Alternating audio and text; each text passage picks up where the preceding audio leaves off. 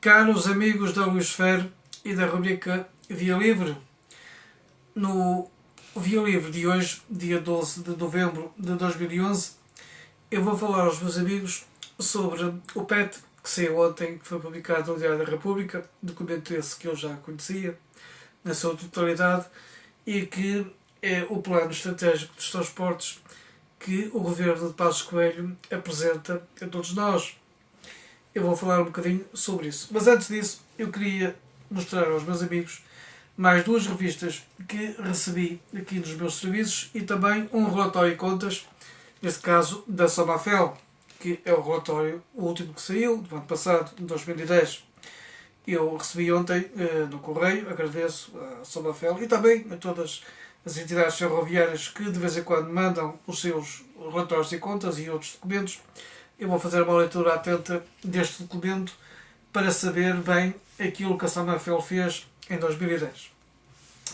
Em relação às revistas, eu queria então mostrar aos meus amigos a primeira que recebi e que saiu agora há poucos dias, que é a Comboios em Linha. É o número 2, Industrialização e Caminhos de Ferro. É um número muito bem escrito, como sempre, embora a revista tenha sido começada a ser editada este ano de 2011.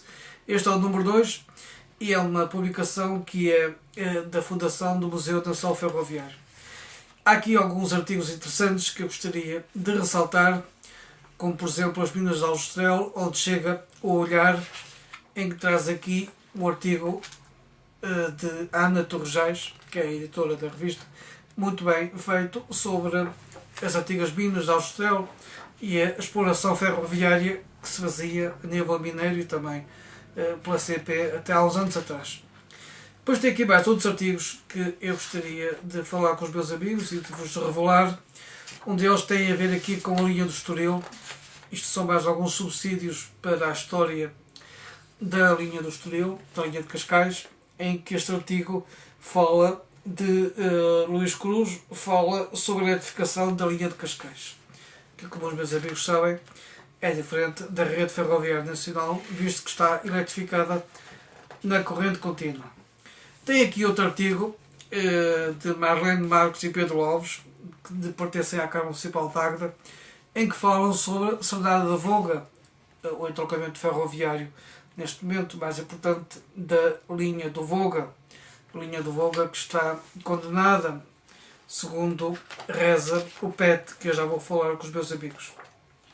Depois tem aqui mais outros artigos interessantes e eu gostaria de fazer aqui referência a um que foi escrito pelo meu amigo Jaime Amaro, da AMF, da Associação dos Museus, da Associação dos Amigos do Museu Nacional Ferroviário. É um artigo que ele escreveu sobre o turismo ferroviário, uma aposta ganhadora, em que ele faz aqui um retrato dos comboios turísticos que existem por esse mundo fora, especialmente na Europa, e faz depois a retrospectiva e a comparação com a oferta que a CP faz na linha do Douro. E para terminar, eu gostaria de vos mostrar aqui também outro artigo que considero interessante, que é da linha do Oeste, que é escrito por Jorge Trigo, do SEC. A linha do Oeste, a sua riqueza histórica e a esperança no futuro. Portanto, fala aqui tem aqui alguns assuntos interessantes sobre a origem, na inauguração desta linha do Oeste.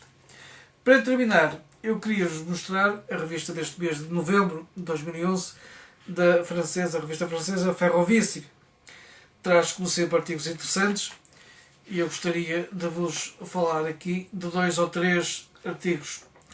Mais uma vez, as locomotivas a vapor, sempre presentes nesta revista, fazem aqui referência às locomotivas que faziam serviço na Normandia.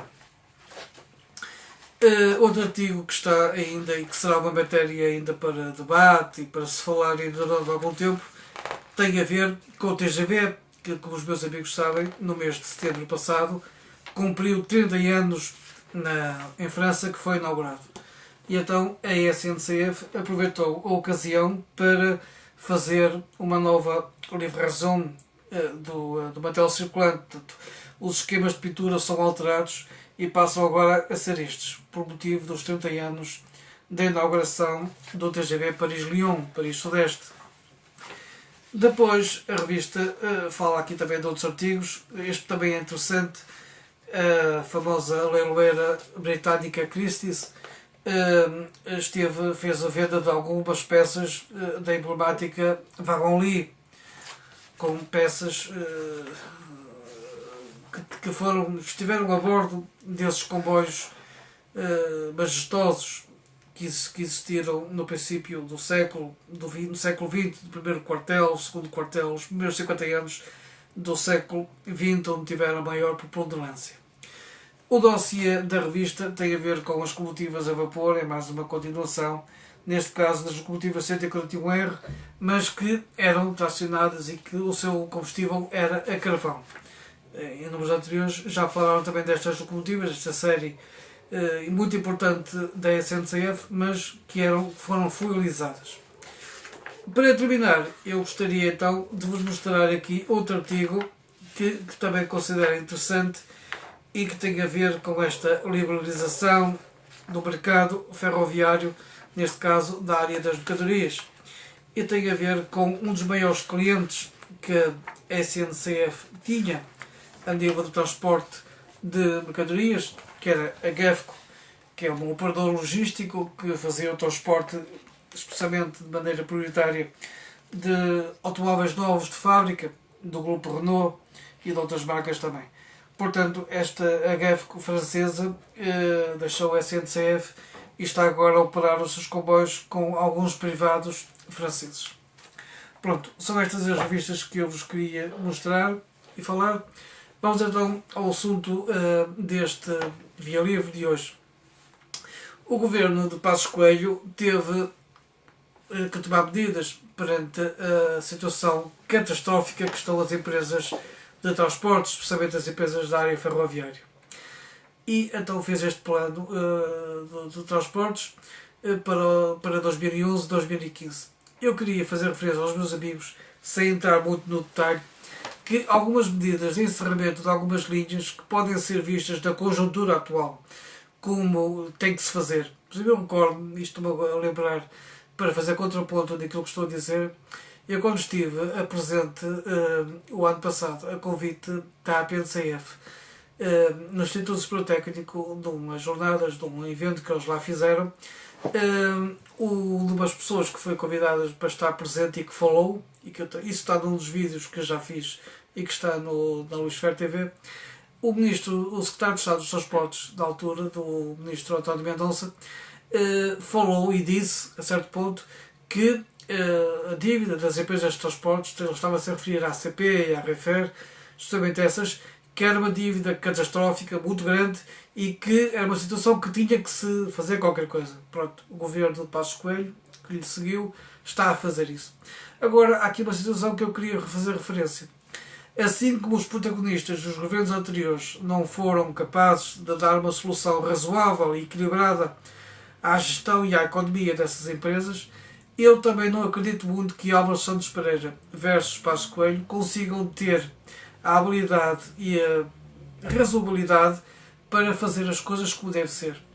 Eu temo muito, e acho que isso poderá acontecer, que no sentido de temos que cortar grandes despesas e, por exemplo, no caso do metro do Porto e do metro de Lisboa, fazer a fusão com a Carris e com a STCP, no caso da Refer e da CP, está-se a fazer coisas semelhantes e então cortar, fechar troços de linha que poderão ser estrategicamente importantes para no futuro, e depois de estar fechado, depois vai ser muito difícil voltar a abrir. Por exemplo, no caso da linha do Leste, consegue-se compreender de uma maneira mais fria e não tão ligada à área ferroviária como eu estou. Mas, por exemplo, há várias pessoas que podem dizer por fora, a linha que vai de Abrantes até Elvas, a linha do Leste, só tem 2 comboios por dia, portanto aquilo não tem significado nenhum, portanto acho melhor fechar.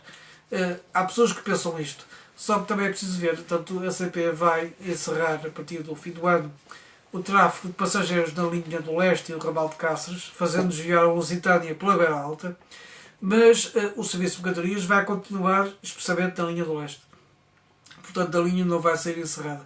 Os custos de manutenção são diferentes, mas também não eram muito mais significativos, por força de andar em 4 comboios por dia, em cada sentido, em 2 vezes 2, portanto, 2 em trocamento Elvas e 2 a fazer a volta. Portanto, a Renfer vai ter praticamente a mesma despesa, só que as pessoas deixam de ter aqueles 2 comboios que faziam esse serviço. Mas pior ainda, na minha opinião, acho que é o caso da linha do Oeste. Acho que é um erro grave fechar o troço entre a Leiria e a Figueira da Foz, para fazer a ligação desses comboios, assim como também na linha do Voga. Por exemplo, a linha do Voga é uma linha diferente, porque é via estreita, e o material circulante que lá circula são aquelas 7 automotoras de via estreita da série 9630.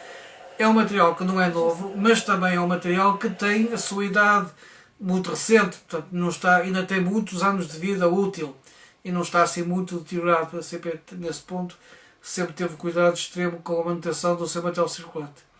Só que a linha do Voga, mesmo amputada como está, do que antigamente era a linha do Voga, transporta mais de meio milhão, com 600 e tal mil pessoas por ano. E eu acho que é um erro crasso fechar-se a linha do Voga, que acontecer isso no fim do ano, desaparece os comboios de via estreita em Portugal.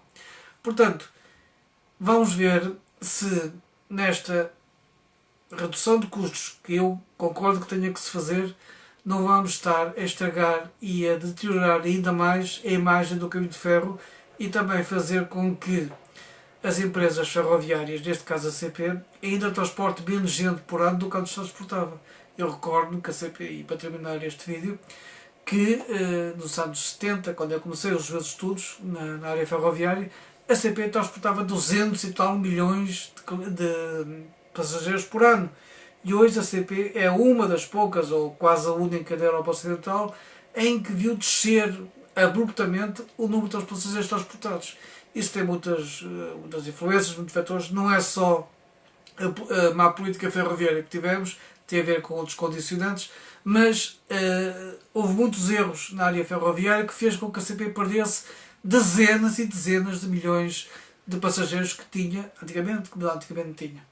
Portanto, eu acho que há muita coisa para resolver. Eu penso que Álvaro Passos Coelho vai ter que tratar este assunto com o maior cuidado, de maneira a não se estragar aquilo que ainda hoje existe. Pronto, meus amigos, por hoje é tudo.